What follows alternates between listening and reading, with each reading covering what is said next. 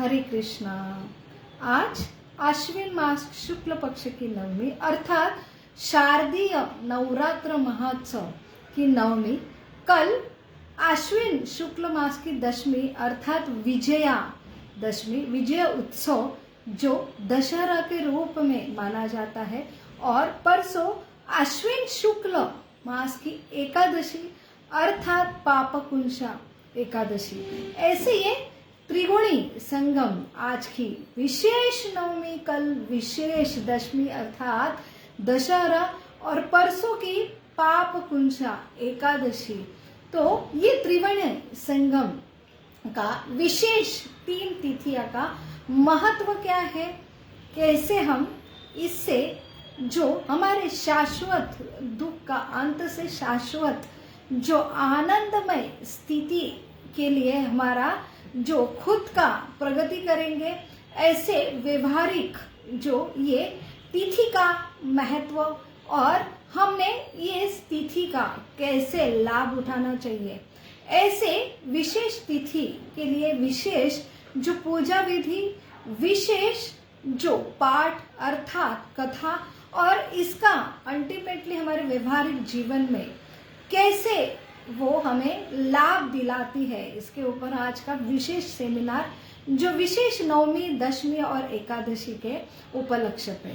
ये सब जो हमारी प्रमाणिक शास्त्र अर्थात भगवत गीता, भागवतम, ये प्रमाणिक शास्त्र के आधार पर है, व्यास मुनि के लिखित भागवतम में है। इसलिए हम प्रथम ऐसे प्रमाणित गुरु शिष्य परंपरा और भगवान की संतुष्टि होती उनको याचना करेंगे, और हम जो अज्ञान वही कारण है दुख का, ऐसे अज्ञान रूपी अंधेरे से ज्ञान के प्रकाश के तरफ ले जाने के लिए हम भगवान से, गुरु से जो है प्रार्थना करेंगे। ओम अज्ञानतिमिरान्धस्य ज्ञानाञ्जनशलाकया चक्षुरुन्मीलितं येन तस्मै श्री गुरवे नमः।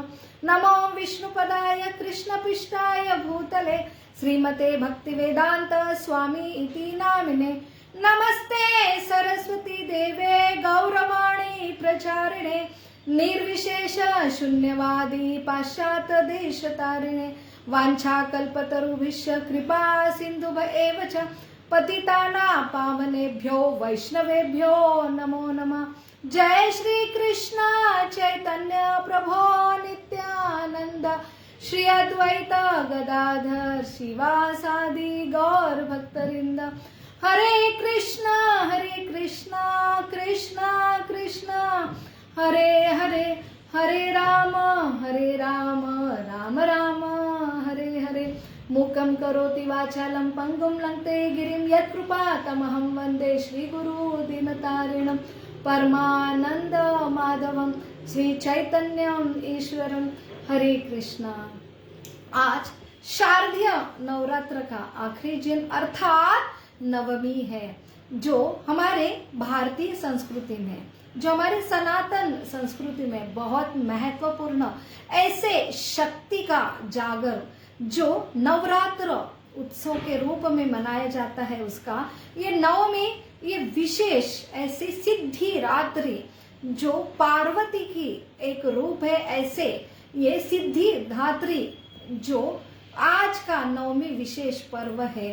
तो आज की नवमी, कल की दशमी, परसों की एकादशी, ये जो लगातार 3 ऐसे तिथि हमें क्या संदेश दिलाने के लिए आई है, हमें उनसे क्या सीख मिलती है जो हमारे व्यवहारिक आज के जीवन में हमें उपयोगी हो।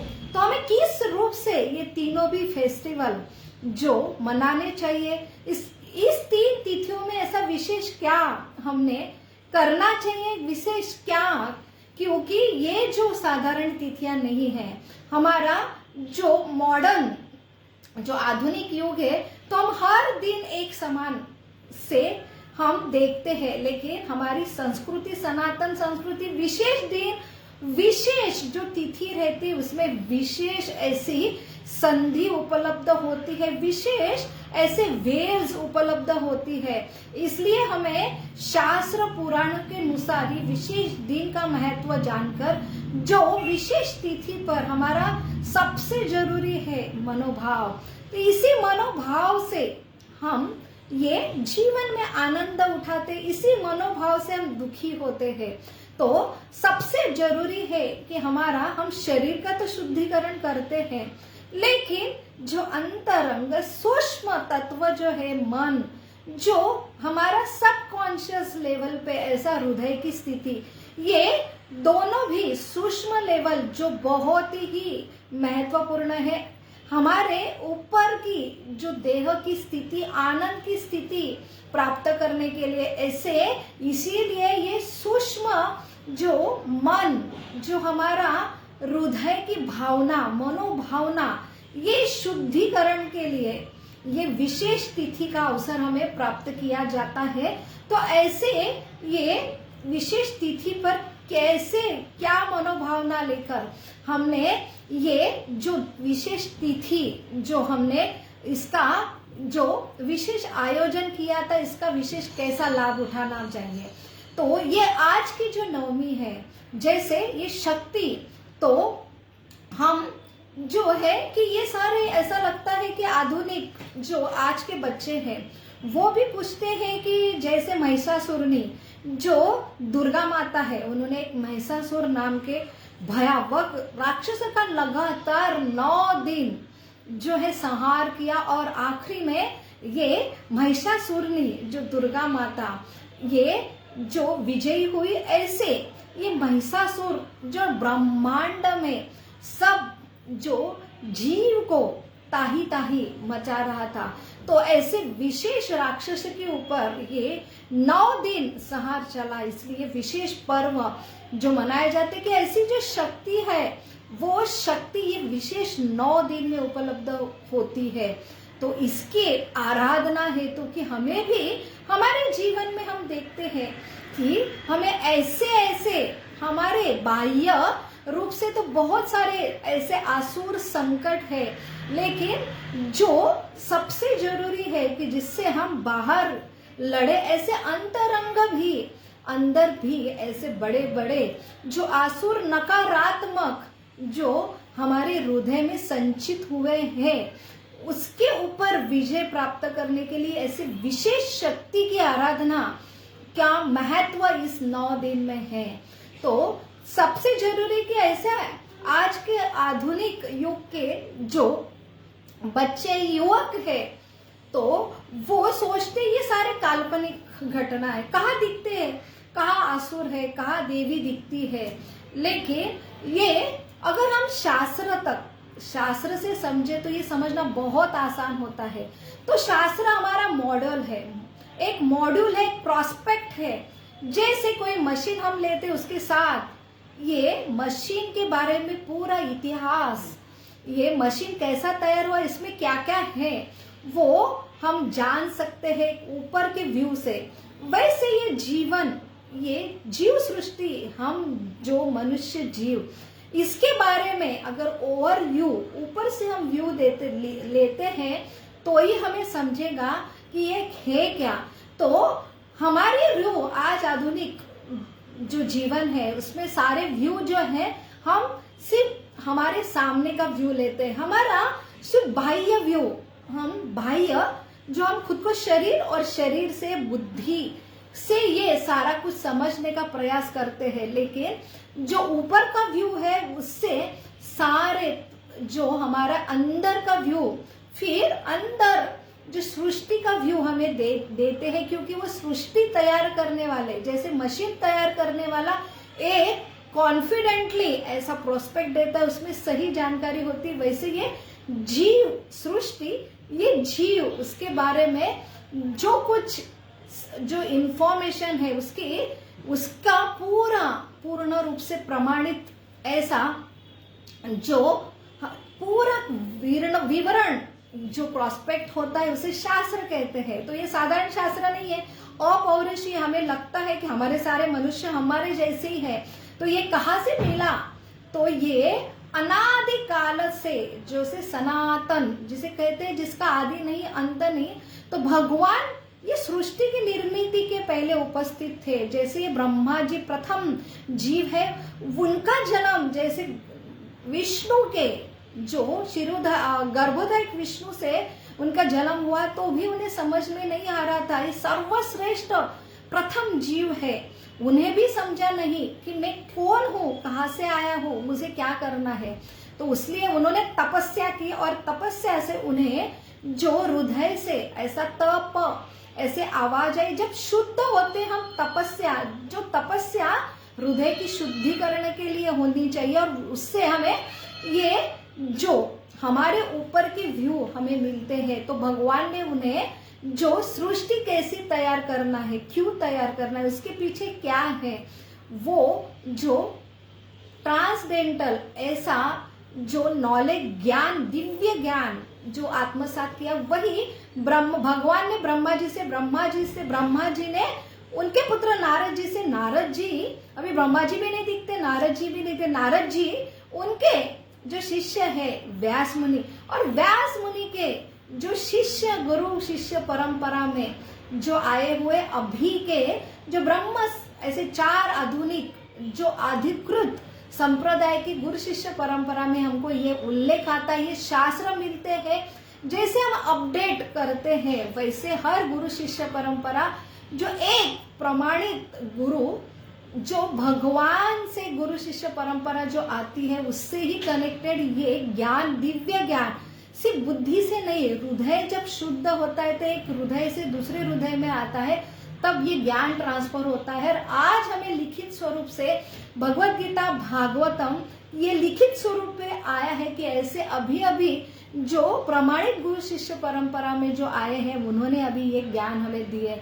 तो ऐसे ही भागवत पुराण में जैसे एक देवी भागवत भी आता है, भागवतम पूरे सारे 18 पुराण जो सारे वेद है उनका सार है। तो वैसे ही नवरात्र जो है, तो ये उत्सव, ये हमारा ऊपर के व्यू से हमें जब भागवतम ऐसे पवित्र ग्रंथ से समझता है कि हम जिस लोक में रह रहे हैं वो ब्रह्मांड, ब्रह्मांड में पृथ्वी है, पृथ्वी में भारत देश है, वैसे अनगिनत ब्रह्मांड है। अनगिनत ब्रह्मांड में अभी जो काल अनुसार अभी जो समय चल रहा है, तो जहां हमारी आयु जो है 100 से 70 तक आई है, ऐसे ये कलयुग कहा जाता है। उसके सिर्फ 5000 साल हुए हैं।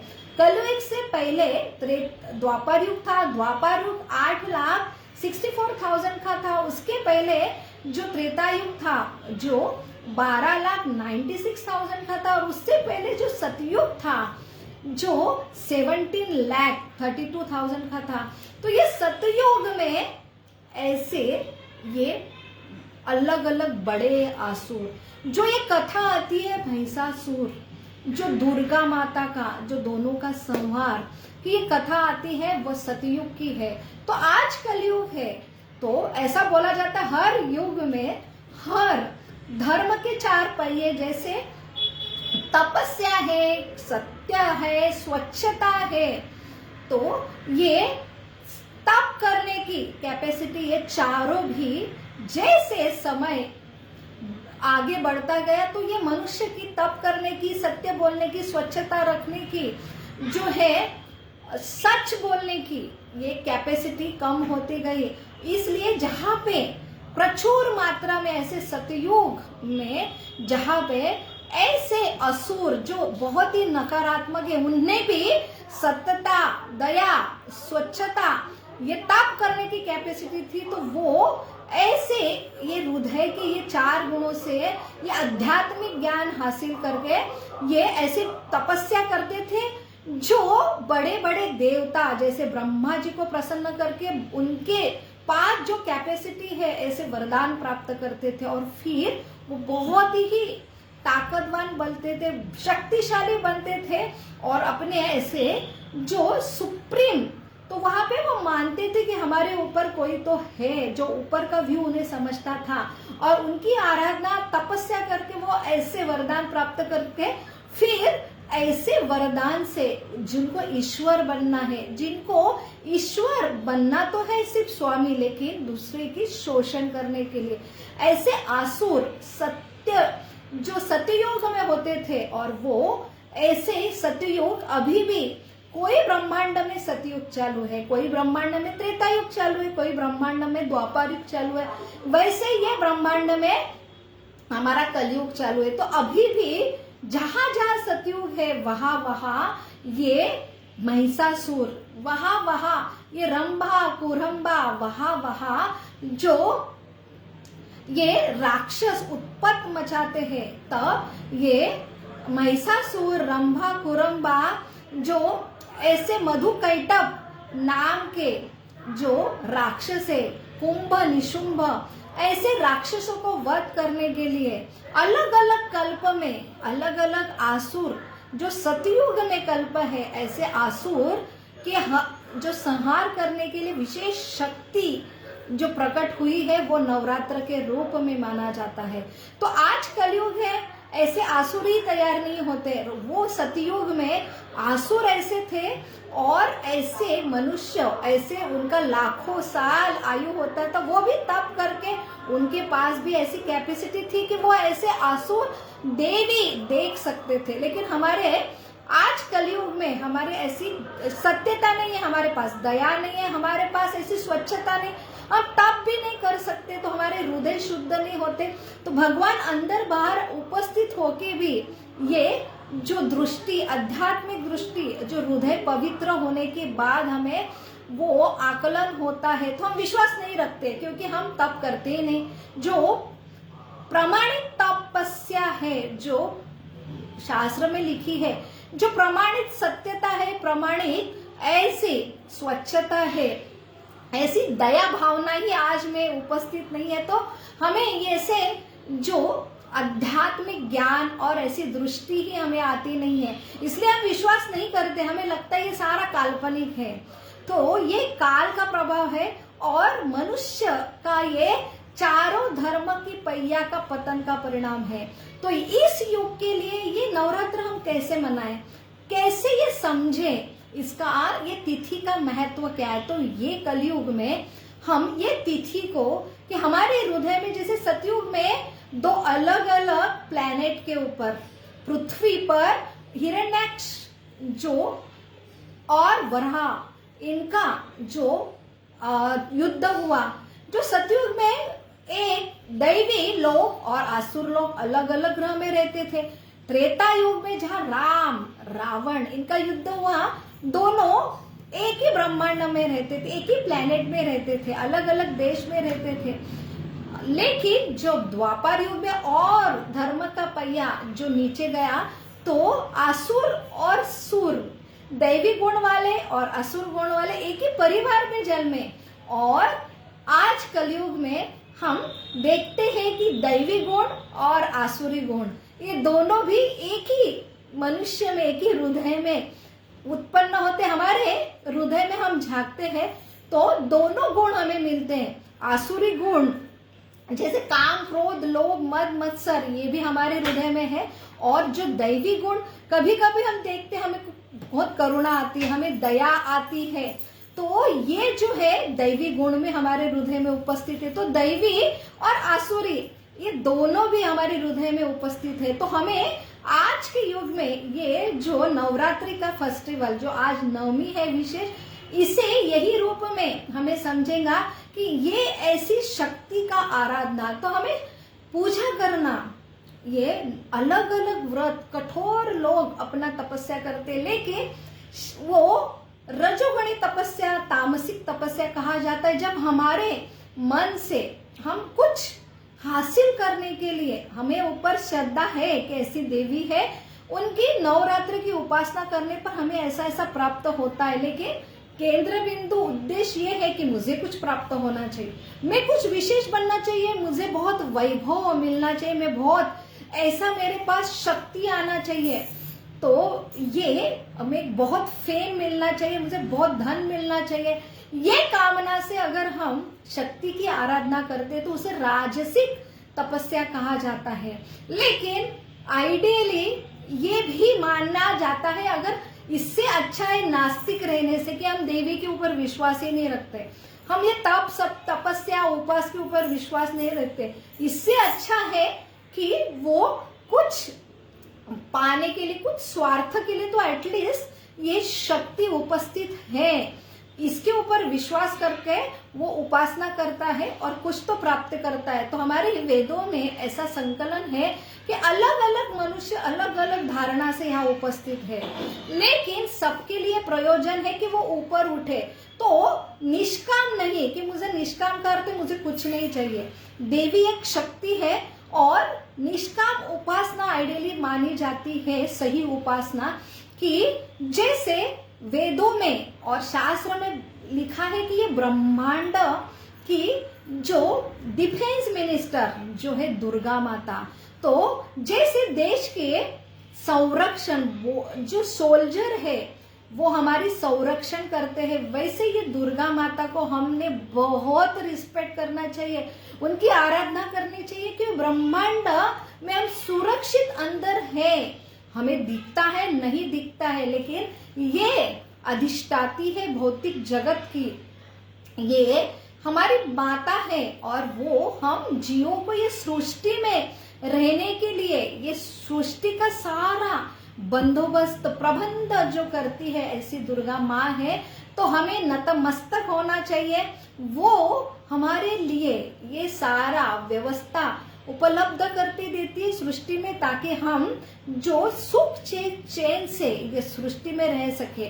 तो ये है सही निष्काम भावना कि मुझे कुछ नहीं चाहिए, मेरी माँ है, जैसे माता पिता की सेवा करते हैं, उनको रिस्पेक्ट करते हैं, तो ये इसलिए कि मुझे कुछ प्राप्त हो नहीं, क्यों, हम समझते ये माता पिता हमारे लिए बहुत ही ये दिन रात कष्ट कर रही है, हम उनका हमारे ऊपर ऋण है और हमारा प्रेम से उनके सामने झुका होता है, तो वो होती निष्काम उपासना। तो वो अगर हम नित्य रूप से शास्त्र पठन करते हैं तब हमें ऊपर का व्यू मिलता है और उससे समझता है कि ब्रह्मांड में हम जीव है और ब्रह्मांड की व्यवस्था करने वाली है विशेष देवता है, और उनका ये विशेष, क्योंकि वो एक जैसे सैनिक लड़ते हैं वैसे ये दुर्गा माँ ये हमारे प्रोटेक्ट करके हमें सृष्टि में जीव प्रदान करती है, सुख प्रदान करती है।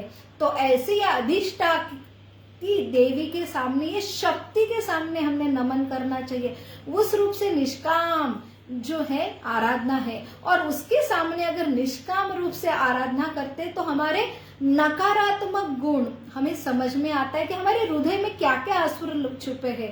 काम है अर्थात हमें ये चाहिए वो चाहिए, और काम की वजह से हम क्या करते हैं, लोभ होता है कि मुझे प्राप्त करना है, बहुत परिश्रम करते हैं और प्राप्त होने पर मुझे और चाहिए, सर्वश्रेष्ठ चाहिए, फिर हम दूसरे की ईर्ष्या करते हैं, तो काम से लोभ उत्पन्न होता है, काम नहीं मिलता है तो क्रोध उत्पन्न होता है। तो काम, लोभ, क्रोध, मद, मत्सर, ये सारे असुर जो है वो प्रतीक है हमारे हृदय में, जो महिषासुर है वो प्रतीक है हमारे हृदय में। ऐसा शुंभ निशुंभ राक्षस है जिन्होंने अंबिका चंडिका ने उनका संहार किया, वो प्रतीक है ऐसे करम्बा जो रंभा कुरम्बा है, जो महिषासुर के जो पिताजी है, चाचा है, तो वो जो है प्रतीक है। और ऐसे ही ये जो हमारे अनर्थ है वो प्रतीक है ऐसे मधुकैटभ राक्षस के।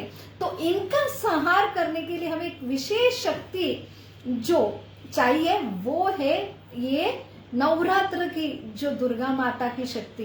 तो शास्त्र में हमें उदाहरण मिलता है कि ये शक्ति तत्व क्या है। तो शक्ति तत्व अर्थात ये ब्रह्मांड बस पूरा नहीं है, ब्रह्मांड के ऊपर जो और आध्यात्मिक जगत है, तो ये ब्रह्मांड अगर पकड़े तो उसमें सर्वश्रेष्ठ देव महादेव है और उनकी पत्नी दुर्गा है। ये सर्वश्रेष्ठ दोनों भी माता पिता के समान है।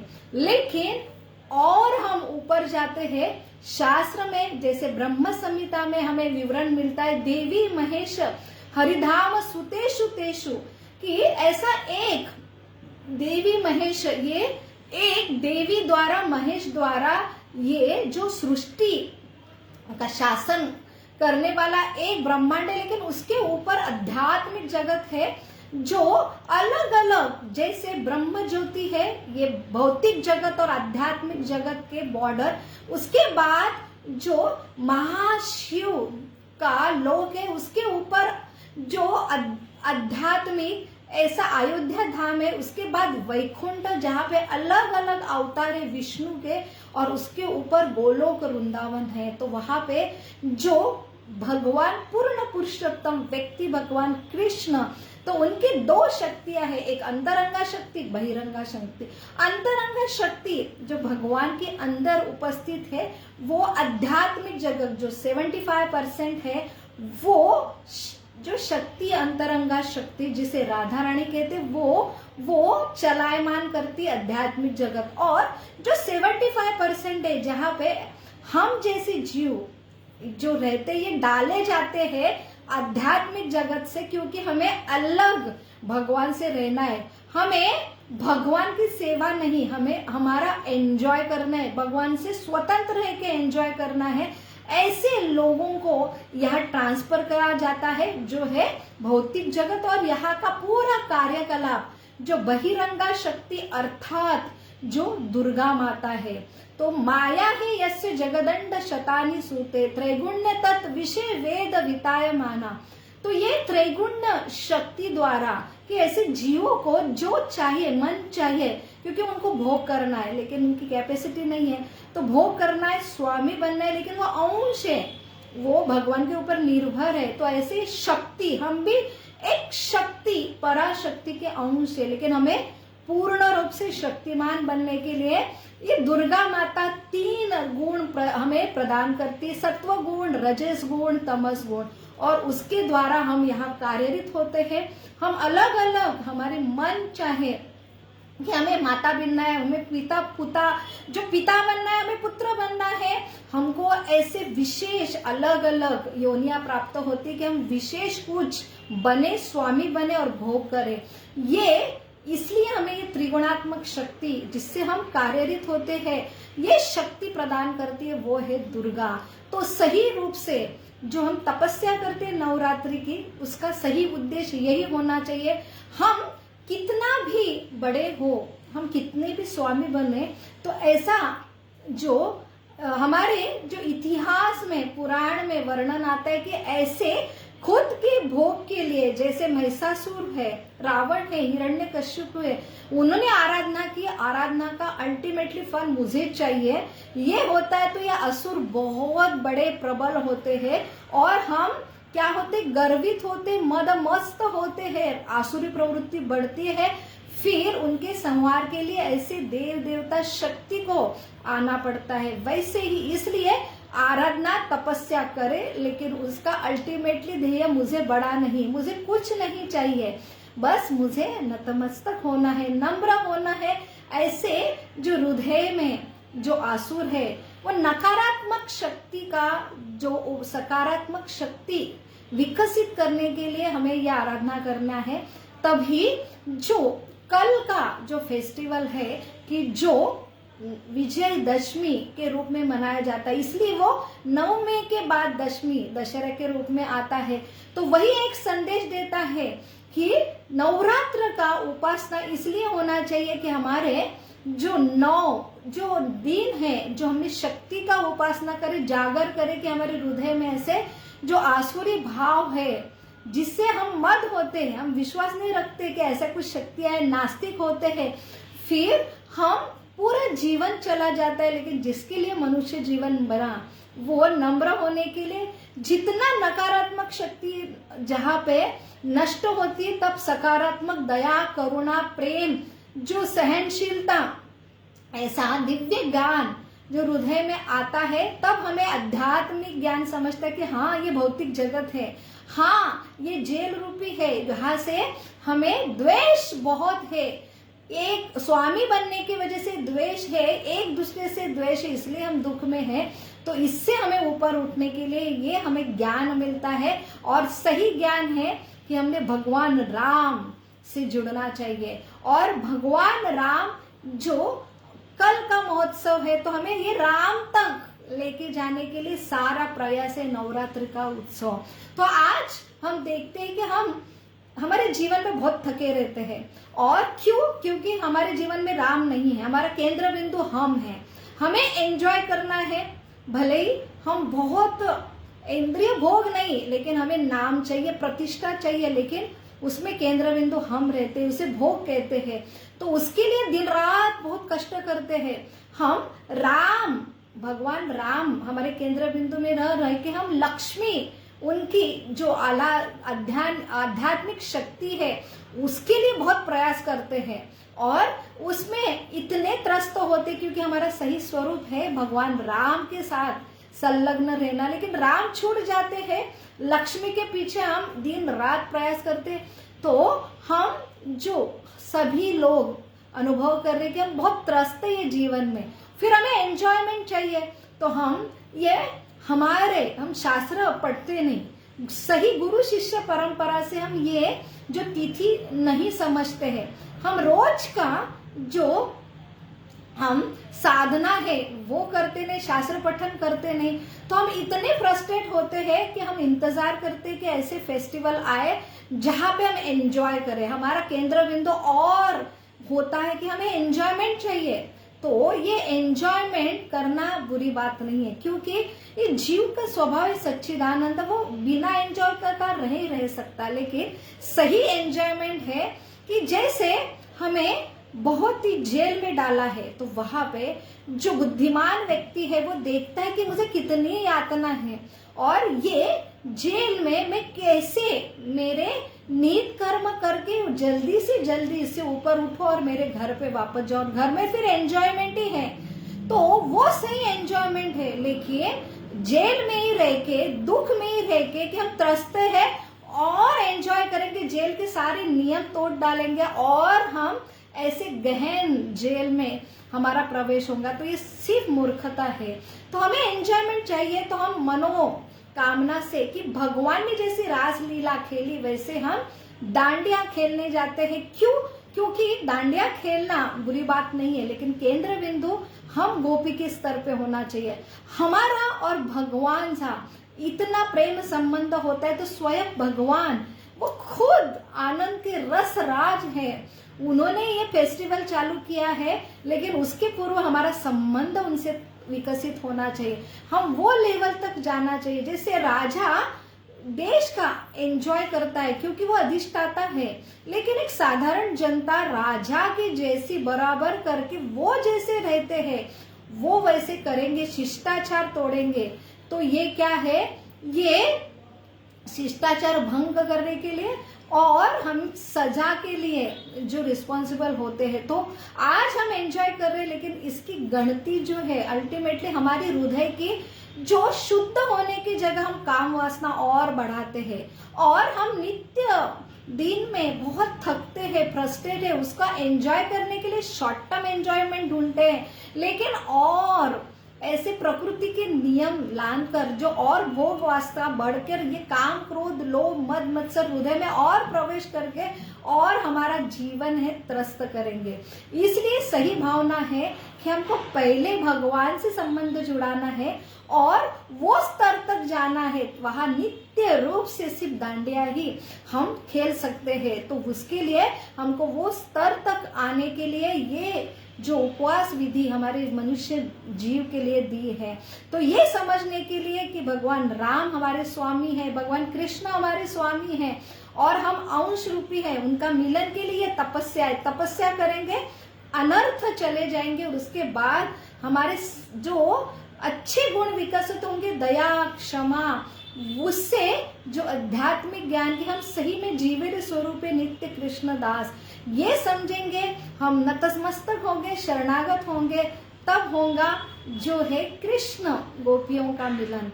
वही मिलन है जो राम और सीता का मिलन है, जो दशहरे का उत्सव मनाया जाता है। प्रभु रामचंद्र ने ऐसे ये बड़े राक्षस रावण रूपी, जिन्होंने सिर्फ लक्ष्मी जो भगवान की शक्ति, जो हम यहाँ पे एंजॉय करना चाहते हैं, तो भगवान की अलग अलग शक्तियां, जैसे हम यहाँ पे सृष्टि एंजॉय करते, सृष्टि के ऊपर भोग करना चाहते, हमें जो शरीर मिला है उससे हम भोग करना चाहते, लेकिन सही स्वामी को छोड़कर, भगवान को न समझकर, उनसे प्रेम संबंध न विकसित करके, उनके लिए ये सारी तपस्या दी है, चाहे वो नवरात्रि की हो, उसके बाद दशहरे की और उसके बाद एकादशी की हो। तो ये सारा तपस्या इसलिए कि हम अशुद्ध है, और सही आनंद, जो शाश्वत आनंद के लिए ये सारे अशुद्धता ये तप से शुद्ध होता है। अगर सही हम गुरु शिष्य परंपरा से, सही शास्त्र से हम समझे, और फिर सही उपासना का फल जो होता है कि जब शुद्ध होते हैं, ऊपर उठते हैं, तब हमारा सही स्वामी से मिलन होता है। वही जो विजयादशमी के रूप में, दशहरा के रूप में जो मनाया जाता है। तो वही जो गलती राम ने की कि रावण जो स्वयं का केंद्र बिंदु भोग वस्तु है, तो जीवन का उद्देश्य सिर्फ एंजॉय करना, सिर्फ खुद के लिए, लेकिन ये हमारा जीव का स्वभाव नहीं है।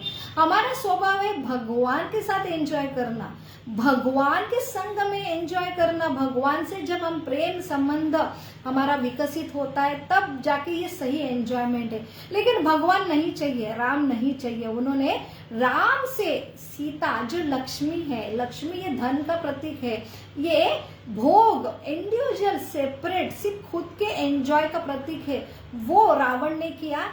और उसके लिए भगवान राम इतने दयालु थे कि जब विभीषण उनके भाई आए, तब उन्होंने सारे उनके सेना थी, तो वो डाउट कर रहे थे कि ये राक्षस का भाई है, दूत है, तो उन्हें आप शरणागत मत लो। तो तब भगवान जो कहते हैं कि विभीषण की जगह सकुरुन एव प्रपन्न एत तवा आस्मा विधि विजायते। तो भगवान ये कहते, प्रतिज्ञा कहते हैं कि विभीषण की जगह अगर रावण भी आता है, जब युद्ध ऑलरेडी प्रारंभ हो चुका है, तब भी मेरे शरण में आता है, तब मुझे बोलता है कि मैं आपका हूं, तो मैं तुरंत उसको क्षमा करके मैं उनका जो मैं दास बन जाऊंगा। और जैसे विभीषण को मैं अगर लंका का राजा बनाता हूँ, तो ये भरत को मैं अयोध्या का राजा बनाता हूँ, तो रावण मेरे आध्यात्मिक धाम का राजा बनेगा। तो ये उनकी भावना है। ऐसा ये भगवान जो हमारे स्वामी है, वो इतने दयालु कृपालु है, लेकिन ये ऐसा दुराचारी रावण, जो मति भ्रष्ट, जो विनाशकारी विपरीत बुद्धि, ऐसे ये भोग में हम इतने, तो ये होता है कि हम भोग की साइड जल्दी लेते हैं। हमारे पास हमेशा दो चॉइस होता है, हम भोग करना चाहते स्वतंत्र, तो एक हृदय में ये आवाज आते, इसलिए हम ऐसी जो पारंपरिक, जो शास्त्र पारंपरिक विधि है, परंपरा गुरु शिष्य परंपरा में आए उपासना, उनको छोड़कर हम मन चाहे ऐसे उपासना करते। रावण ने भी बहुत उपासना की, रावण ने भी बहुत तपस्या की, लेकिन उसका अल्टीमेटली उद्देश्य था मुझे स्वतंत्र भोग करना है, मुझे स्वामी बनना है। तो ये जल्दी हम चॉइस करते हैं, ये हमारे कण कण में बसा, इसलिए तो हम भौतिक जगत में आए हैं। तो जब चॉइस करते हैं लक्ष्मी की, जो स्वतंत्र भोग करने की, तब हम मद होते। मद का अर्थ है हम पूरे भ्रमित होते, ब्लाइंड होते हैं। तो हमें इतने अवसर भगवान राम ने जो रावण को दिए, फिर भी वो नहीं समझा कि यही स्वामी है, इससे मुझे शक्ति मिल रही है। और भगवान की कृपा है, स्वतंत्रता देते हैं, ये पूरी स्वतंत्रता देते हैं कि मन चाहे आप भोग कर लो। क्यों? क्योंकि आप नहीं मानेंगे, आपको जो चाहिए वो उपलब्ध करने वाला स्वयं पिता जो भगवान राम है, उससे मैं लड़ रहा हूँ, उनकी ही शक्ति जो माता समान है, उनका मैंने अपहरण किया। ये ऐसे आसुरी प्रवृत्ति मद में नहीं समझ सकते। और फिर जो विनाशकाली के ऐसे स्वयं भगवान के सामने कितनी भी बड़ी शक्ति है, क्योंकि भगवान सारे शक्ति के सोर्स है, शक्ति के वो शक्तिमान है। तो वहां पे रावण का संहार हुआ। तो यही विजयादशमी जो अर्थात दशहरा का हमें संदेश मिलता है। हम सारे लक्ष्मी के उपासक हैं, लेकिन लक्ष्मी है लक्ष्मी सहस्र शतसंभ्रम सेव्यमानम गोविंदमादि पुरुषम तमहम भजामि। तो जो सहस्र लक्ष्मियां भगवान विष्णु भगवान कृष्ण की सेवा में जो उपस्थित रहते उनके पाद सेवा के लिए, तो वैसे जो सही स्वामी उनकी आराधना करे तो लक्ष्मी ऑटोमेटिक जो हमारे घर में सहस्र लक्ष्मियां वास करती है। लेकिन मद होने की वजह से ऐसे आसुरी गुण स्वयं केंद्र बिंदु भोग ये हमारा उद्देश्य होता है, तो हमें इतना सिंपल फॉर्मूला भी नहीं समझता और हम लक्ष्मी की आराधना करते। लेकिन जो सही उपासना है जो दशमी के बाद हर 15 दिन में आती है जो है एकादशी, तो शास्त्र में हमारे जीवन शुद्ध होने के लिए ऐसी आसुरी वृत्ति से हमें ऊपर उठाने के लिए एकमात्र जो उपवास बताया है वो है जो एकादशी, जहां पाप कुंशा एकादशी जिसे नाम कहते, जो अश्विन मास की शुद्ध शुक्ल पक्ष की एकादशी है, जहां पे पाप कुंशा हम ऐसे जगत में आए हैं कि हम मद होने की वजह से हमें समझता नहीं, हर क्षण में अनगणित पाप हमारे हाथ में होते हैं। हम शरीर धारी है, शरीर निर्वाह के लिए हमको खाना पीना करना अनिवार्य है। वो खाना पीना के लिए हम पानी भी पीते तो इतने जीव जंतु मारते, खाते भी है भले ही शाकाहारी हो उसमें भी हम इतने जीव जंतु हमारे हाथ से मरते, हम चलते भी है तो इतने जीव जंतु हमारे हाथ से मरते हैं। तो हम अगर स्वयं भोग में इतने मद होते तो हमें ये अनगणित पाप हमारे हाथ से होते हैं, उसके लिए भी हमें क्या होता है, हम भ्रमित होते कि हमें पाप तो करते नहीं, ये क्यों अलग अलग है। एकादशी का सबसे बड़ा फल ऐसा बोला जाता है कि पाप से आप मुक्त होंगे, तो हम पापी नहीं है। क्यों? क्योंकि हम भ्रमित है, हम मद है। इसलिए जो व्यक्ति ऐसा उपासना रोज नित्य रूप से जो साधना नहीं करता है तो उसे ये मद की वजह से ब्लाइंड होता है और अनगणित पाप उसे समझते नहीं। इसलिए हमें अनगणित पाप से हमारे हाथ में होते, क्योंकि ये हमारा सही घर नहीं है। ये जो भौतिक जगत है जहाँ जन्म मृत्यु जरा व्याधि है, वहां पे अनगणित पाप के वजह से हम अटके हैं, हम बंधे हैं और कर्म के रिएक्शन से हमको अलग अलग जन्म भर भी हमें बहुत ताप है, 3 क्लेश है और उसके बाद एक एक क्षण पदम पदम विपदा, हर क्षण में विपदा है। उसके बाद हर हमारा जो फेरा कर्म का और बढ़ता जाता है, इतना कॉम्प्लिकेटेड है कि हम जन्म लेने भाग्य बाध्य होते हैं और हमारे हाथ में अगला जन्म का अगला शरीर पता नहीं है। तो बहुत ही भयावह स्थिति है, अंधकूप जैसी स्थिति है। लेकिन वो कब होती है, जब हम ऐसे शास्त्रों को मानते हैं, नित्य रूप से शास्त्र में जो आराधना दी, ऐसे उपवास करते, यज्ञ दान तब हमें ये रियलिटी समझ में आती है। नहीं तो हम सिर्फ राजसिक तामसिक रह के हम कोई जो शास्त्र मानते नहीं, हम कोई नियम नहीं मानते हैं, कोई जो प्रमाणित यज्ञ दान तप नहीं करते हैं, तो हम तामसिक होके मद होके हम इतने घोर संकट में होके भी हमें लगता है कि हमारा जीवन सबसे आनंदी, हम कुछ प्रयास नहीं करते। ऐसे जो विशेष संधि जो विशेष तिथि हमें उपलब्ध किए जाती है वो भी हम क्या करते, निग्लेक्ट करते हैं। तो वही सबसे बड़ी संधि है कि हमें अनगणित पाप से मुक्ति दिलाने वाली ये पाप कुंशा एकादशी जो परसों है, वो हमारे ऐसा बोला जाता है समस्त पापों को हरण करने वाली ये पाप कुंशा एकादशी है। आप बहुत बड़े तीर्थ में जैसे गया जैसे काशी जैसे बड़े तीर्थ में जाके हम वो तपस्या करके जो फल नहीं मिलता, तो मात्र एक एकादशी पाप कुंशा एकादशी का व्रत जहाँ पे हमें फास्टिंग करना है, हमें अन्न से फास्टिंग करना है, वहां पे हमको भगवान की कथा जैसे पद्म नाम ये भगवान जो विष्णु है उनकी हमने आराधना करना चाहिए, एटलीस्ट उनके बारे में सुनना चाहिए, कृष्ण के बारे में सुनना चाहिए।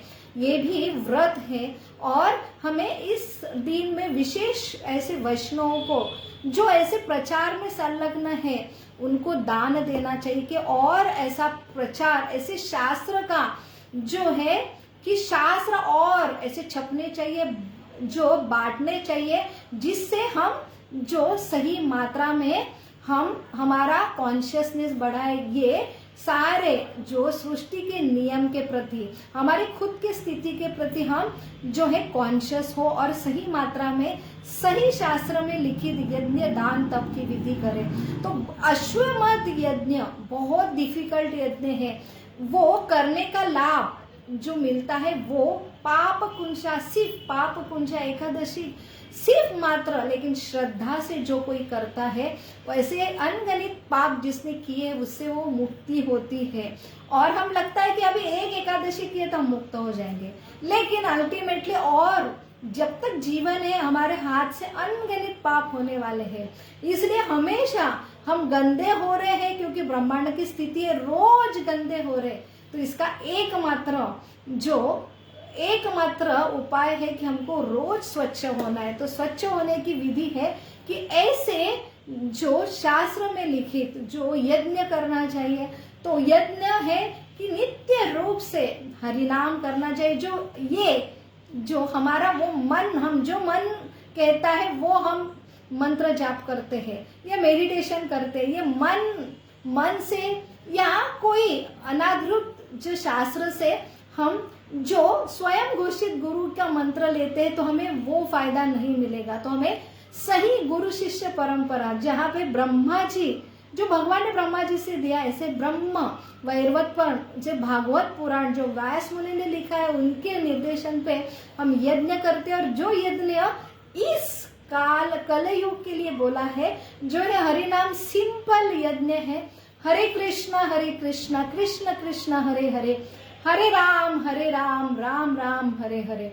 ऐसे ये 16 अक्षरी मंत्र जो नित्य रूप से हमारा स्नान होता है, ऐसे दूषित जो हम होते हैं, ऐसे ये स्थिति से जिससे हम स्वच्छ रखें, हृदय को स्वच्छ रखें, ऐसे जो हमारे जीव सृष्टि के नियम के प्रति हम सतर्क रहे और खुद को हृदय का हृदय स्वच्छ करके ऊपर उठे, ऐसे नित्य रूप से ये हरिनाम की विधि है। इससे ये सात्विक अर्थात सत्य गुण में हमारा विकास होता है, हम राजसिक तामसिक के ऊपर उठते हैं और हम सात्विक आहार, सात्विक जीवन पद्धति से, और हम शास्त्र का आकलन करना बहुत आसान होता है। शास्त्र की पद्धति अनुसार हम जीवन, ये सारे जो फेस्टिवल मनाते हैं तब और हम ऊपर उठते हैं, शुद्ध होते हैं, और वही जीवन की पूर्णता है। तो आप सभी को आज की विशेष शारदीय नवरात्र की नवमी, जो कल का दशहरा और परसों की पाप कुंशा एकादशी के लाख लाख शुभकामनाएं। हरे कृष्णा कृष्णा कृष्णा हरे हरे, हरे राम राम राम हरे हरे। नित्य रूप से हरिनाम, नित्य रूप से शास्त्र पठन जो है नित्य रूप से हमारे लिए एकमात्र है साधन जिससे हम शुद्ध रहे। हरे कृष्णा।